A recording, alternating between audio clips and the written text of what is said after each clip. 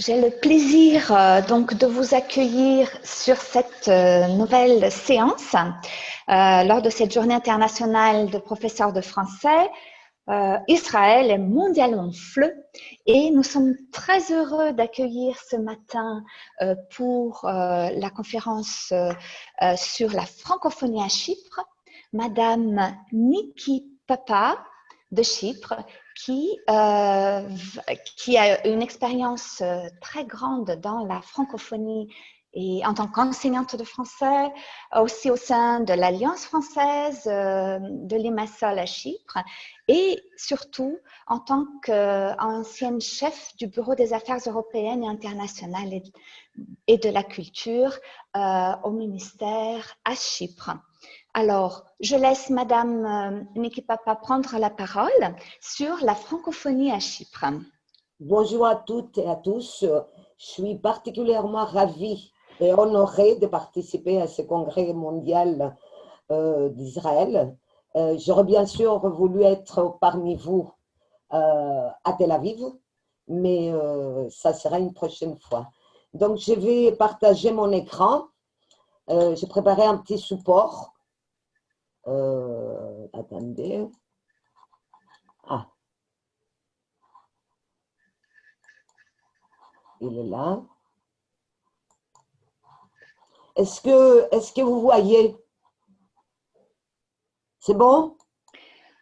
Niki, vous pouvez peut-être mettre… Voilà, très bien comme ça. Donc, le titre de mon intervention s'intitule « La francophonie à Chypre ». Donc, on peut se demander pourquoi dans ce petit pays au fin fond de la Méditerranée, entouré par la Turquie, la Syrie, le Liban, Israël, la Jordanie, quel est l'état des lieux de la francophonie? Pourquoi la francophonie et qu'est-ce qu'il apporte de plus? Donc, le petit menu de mon intervention d'aujourd'hui, donc c'est une brève présentation de Chypre, un petit historique des invasions et colonisations britanniques, les liens d'esclavage qui ont été liés afin de la longue colonisation britannique. Le flirt continue avec la langue et la culture française, les choix du français, les rôles des professeurs de FLE et les enjeux, les perspectives.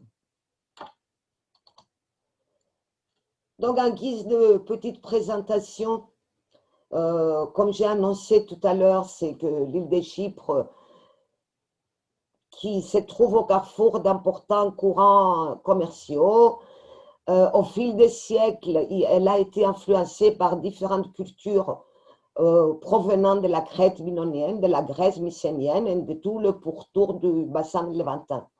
Son nom, Kypros, vient de Kobrous, le cuivre. Donc, c'est incontestablement un carrefour culturel qui a été convoité par les plus grandes civilisations, perses, grecques, puis romaines et byzantines.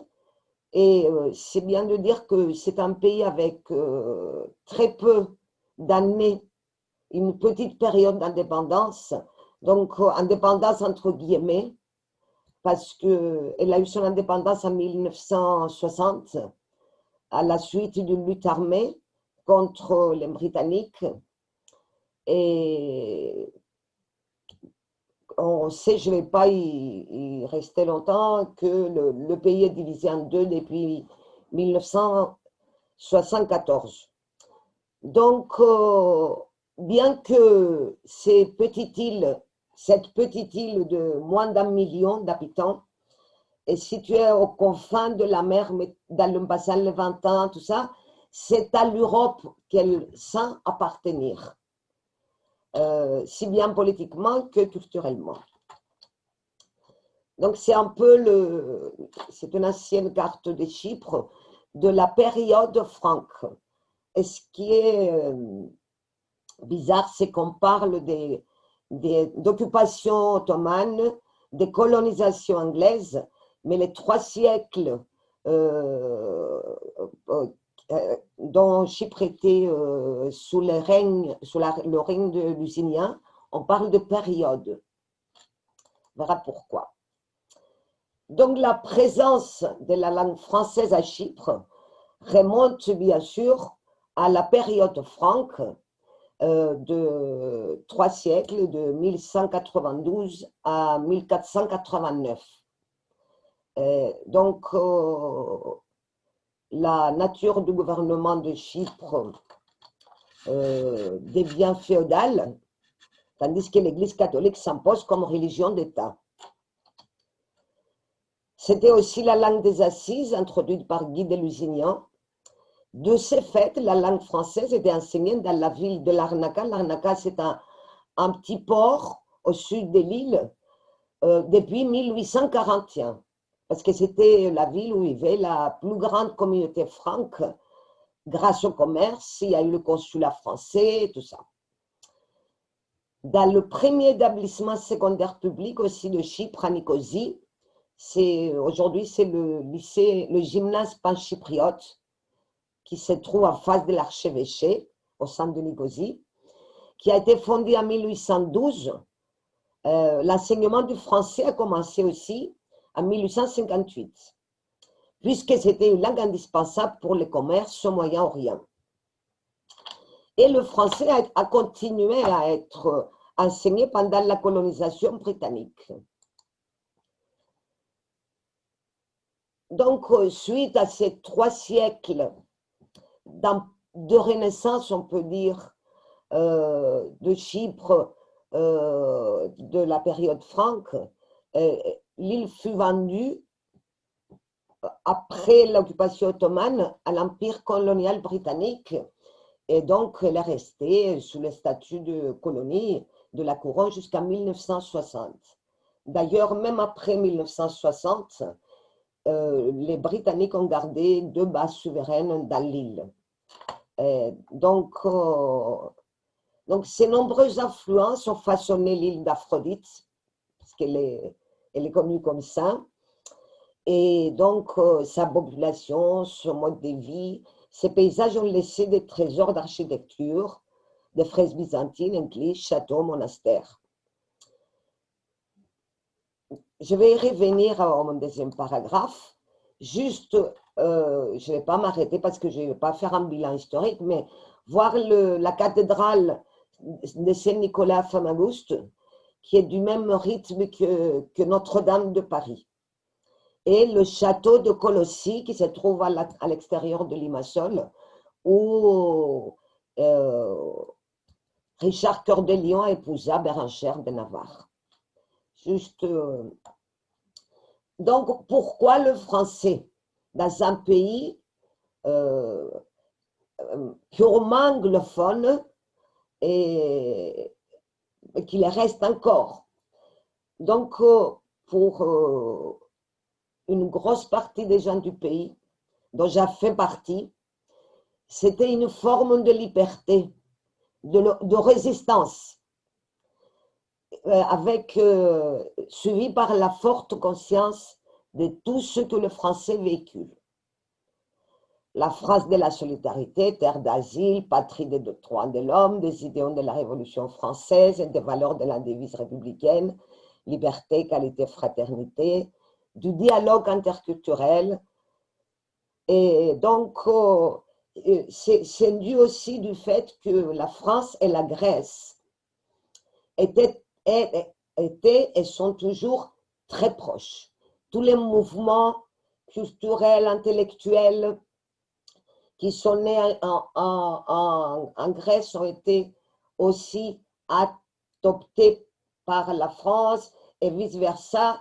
Et comme Chypre appartient sans appartenir aussi dans ce monde, dans ces milieux-là, donc il y a ces liens qui unissent Chypre avec la Grèce, au moins le chypriote grec avec la Grèce, et la Grèce avec la France. Donc ça fait un trio, ça a toujours fonctionné comme ça. Donc je donne un peu de dates clés de cette histoire. Donc en 1960, juste après l'indépendance, même avant l'indépendance, en 1959, il y a eu un attaché culturel de l'ambassade de France à Chypre. Et en 1960, il y a eu la création du Centre culturel français à Nicosie. C'était le premier centre culturel dans l'île, étranger, avec comme premier directeur Roger Miliex, un français très grécophile, hellénophile, qui a travaillé aussi à l'Institut français, au Centre culturel, comme ça, on disait à ce moment, à Athènes, et qui a été aussi persécuté par ses opinions pendant la junte militaire. Donc, et ce centre culturel à Nicosie, c'était les lieux des rencontres des intellectuels du pays. Donc, c'était un premier nid culturel qui naissait juste après l'indépendance. En 1963, il y a l'introduction du français comme deuxième langue obligatoire dans toutes les classes du collège et en première année de lycée. Donc, et ça reste toujours la deuxième langue étrangère ou vivante, pour ne pas dire étrangère, qui est enseignée après l'anglais au collège et au lycée. Et bien sûr, parallèlement, le premier poste d'inspecteur des Français, la création de l'inspectorat au sein du ministère de l'Éducation. À l'an 2000, il y a la création du département de français à l'Université de Chypre. L'université date seulement de 1992. Donc, avant, il n'y avait pas d'université publique à Chypre. Donc, c'est le premier département de langue qui a été créé. Et il y a aussi, par la suite, il y a eu la création du deuxième université publique, l'Université technologique de Limassol.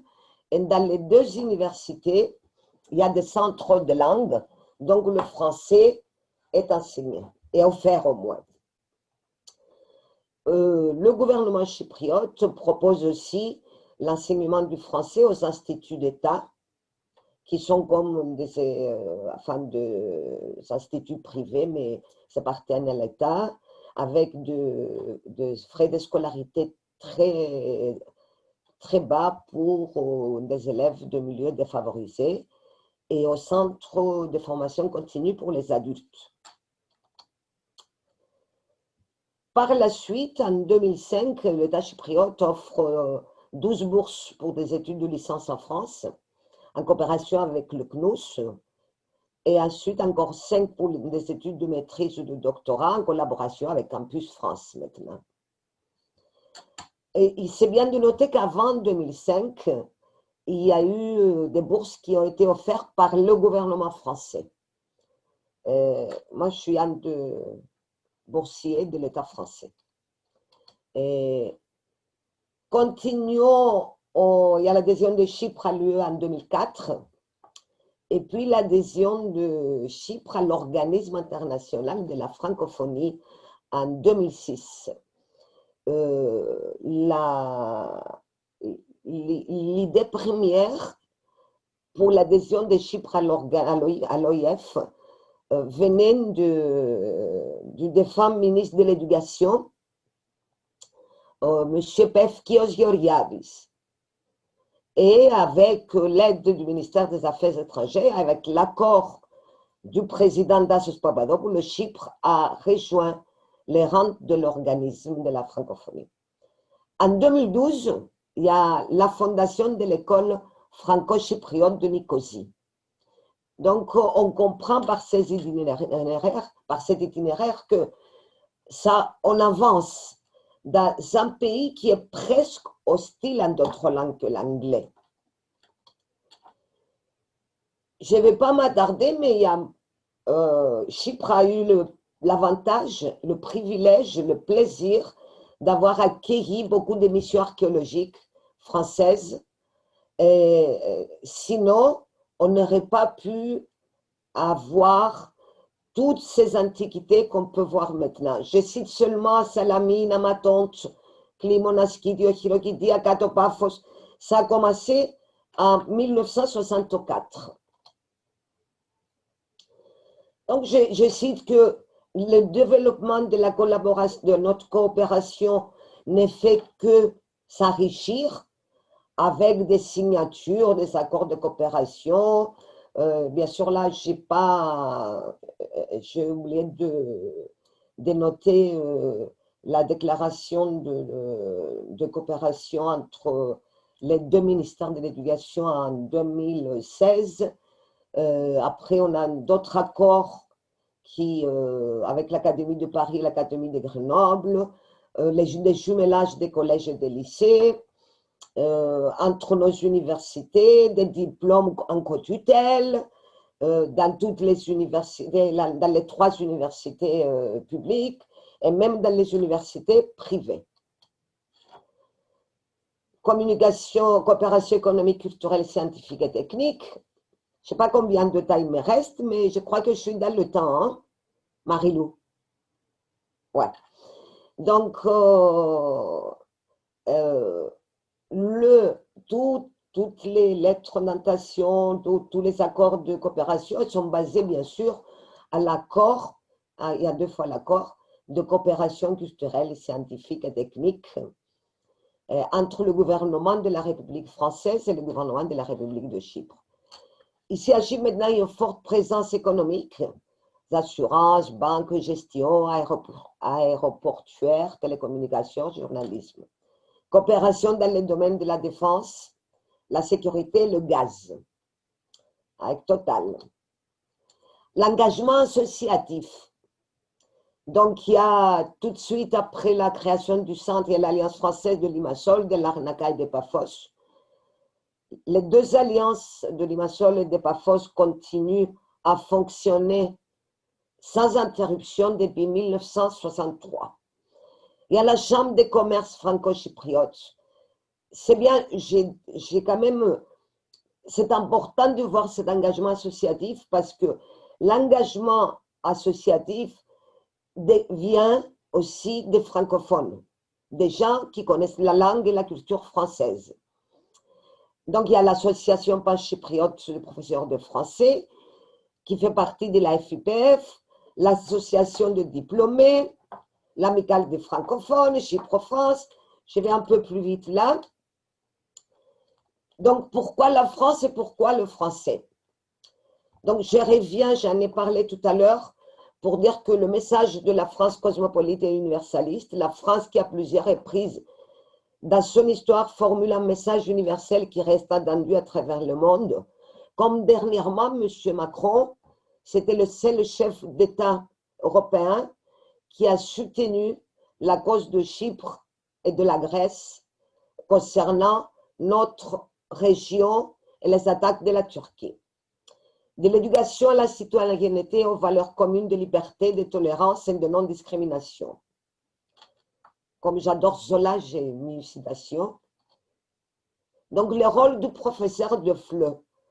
Pour qu'il y ait un engagement associatif, il faut qu'il y ait un enseignement, il faut qu'il y ait des francophones, des francophiles, il y en a. C'est un pays, le peuple chypriote trouve beaucoup de parenté avec le peuple français, comme j'ai dit auparavant.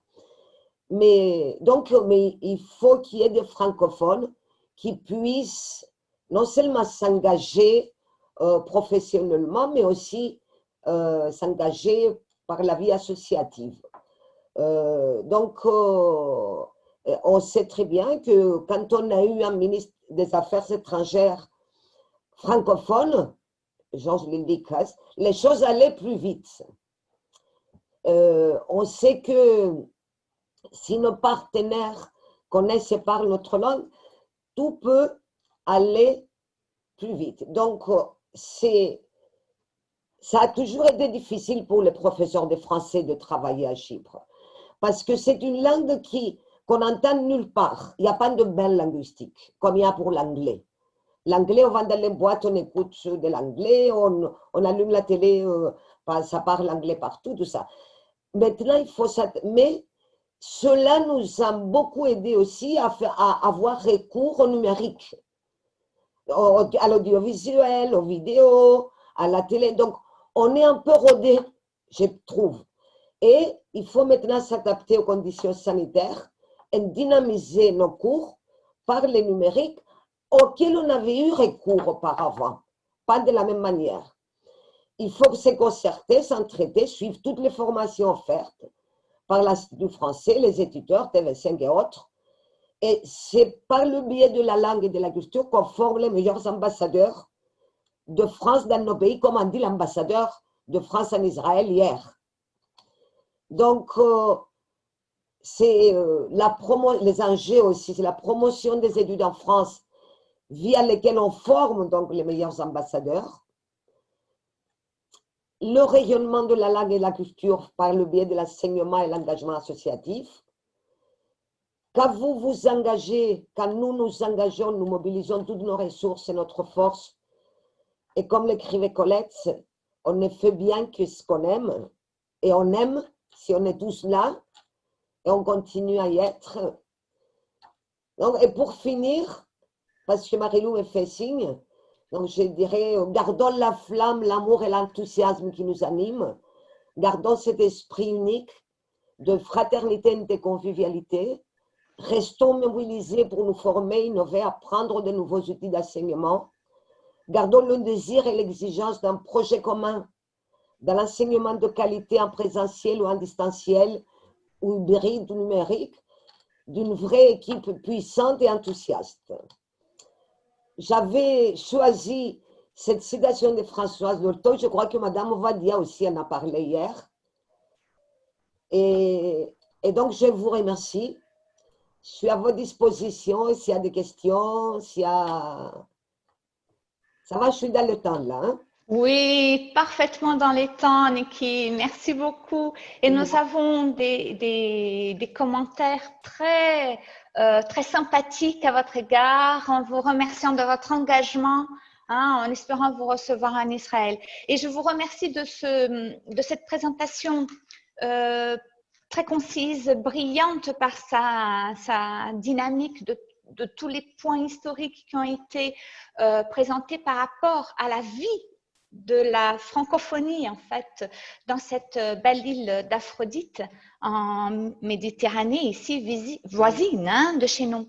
Et j'ai une question à vous poser, Niki. Oui. On va te poser, puisqu'on se tutoie depuis le début. Nous avons eu le plaisir de travailler ensemble et je suis vraiment heureuse et émue d'être avec vous, même à distance. Vous avez parlé du choix de la langue française comme un acte de liberté et de résistance hein, pendant ces périodes difficiles de l'histoire de Chypre. Et aujourd'hui, dans votre réflexion et votre connaissance du terrain chypriote, quelles seraient les motivations qui pourraient pousser les Chypriotes, enfants ou adultes, à se tourner vers cette langue, vers l'apprentissage de cette langue française?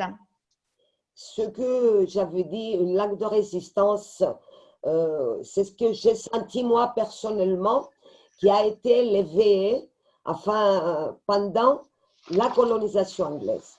Donc, tous les Chypriotes qui voulaient faire la différence et se distancier si bien de la colonisation anglaise, l'occupation, et à ce moment-là, il y avait la junte militaire aussi en Grèce. Donc, c'était une forme de résistance, mais qui a été menée, qui a été nourrie par les idéaux de la France. Je pense que petit à petit, au début c'était dur parce que c'était une langue connue, l'anglais. Donc le grand pourcentage d'élèves continuaient leurs études en Angleterre, tout ça.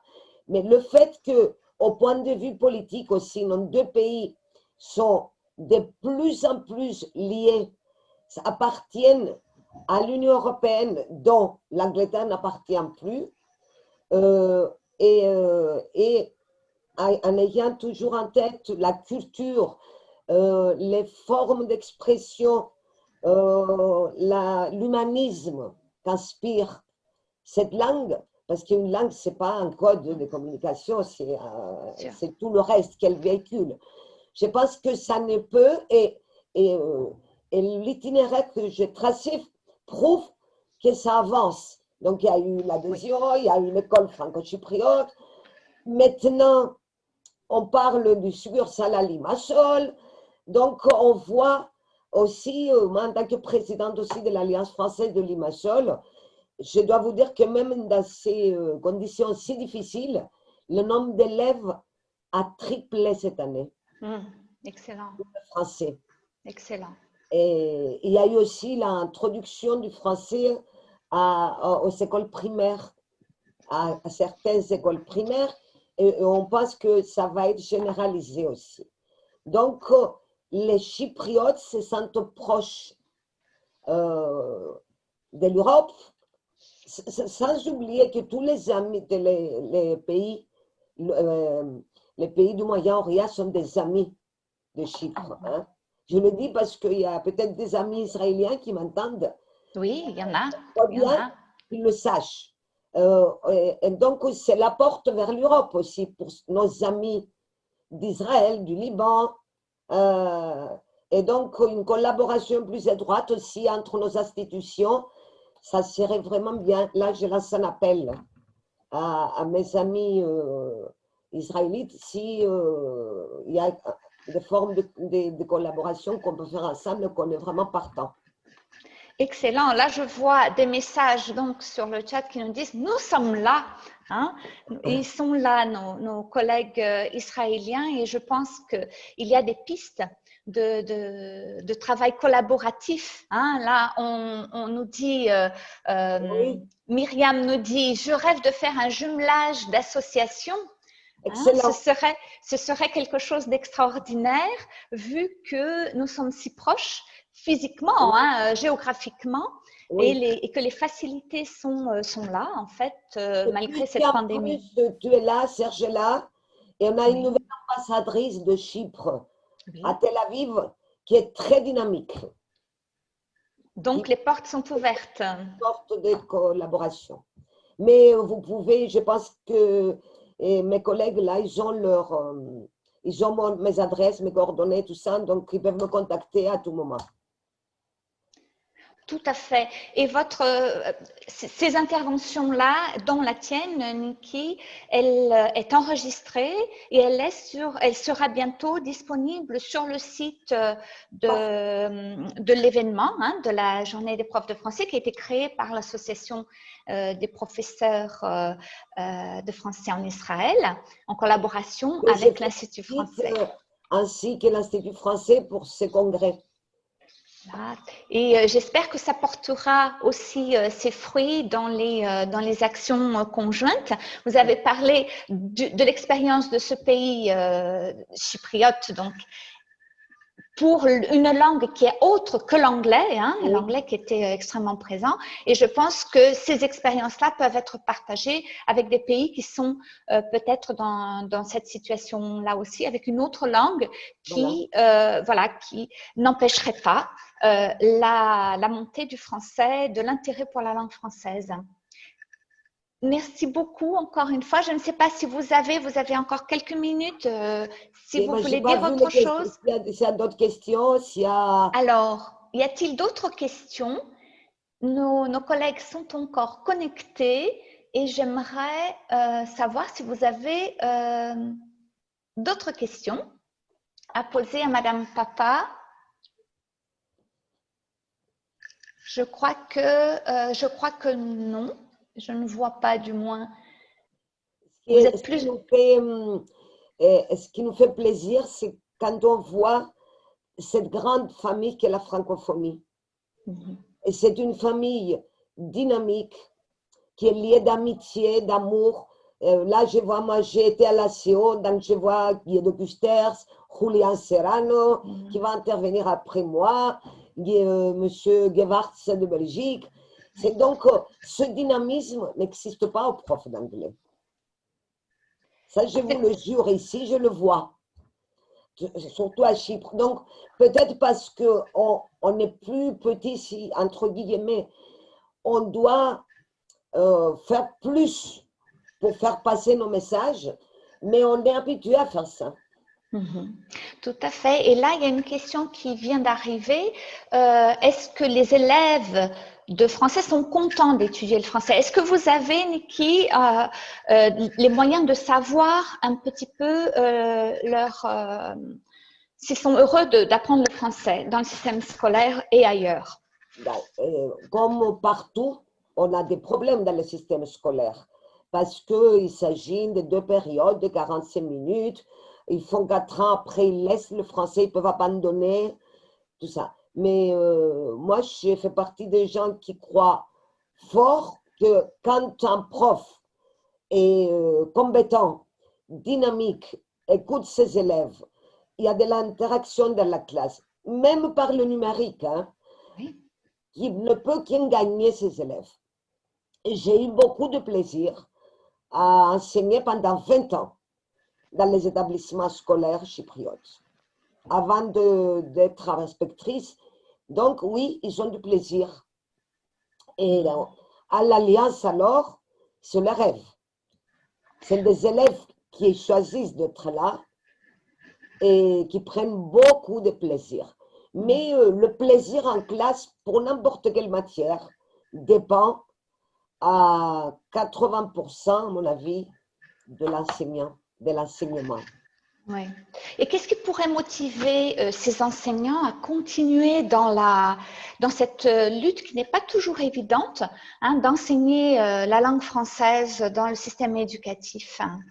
Donc, c'est ce que j'ai dit auparavant. Donc, euh, travailler ensemble, échanger avec d'autres enseignants à Chypre, pas seulement dans le pays. Et donc, et là, j'ai vu que pendant cette période de confinement, on a moi, je suis à la retraite, hein, je dois le dire.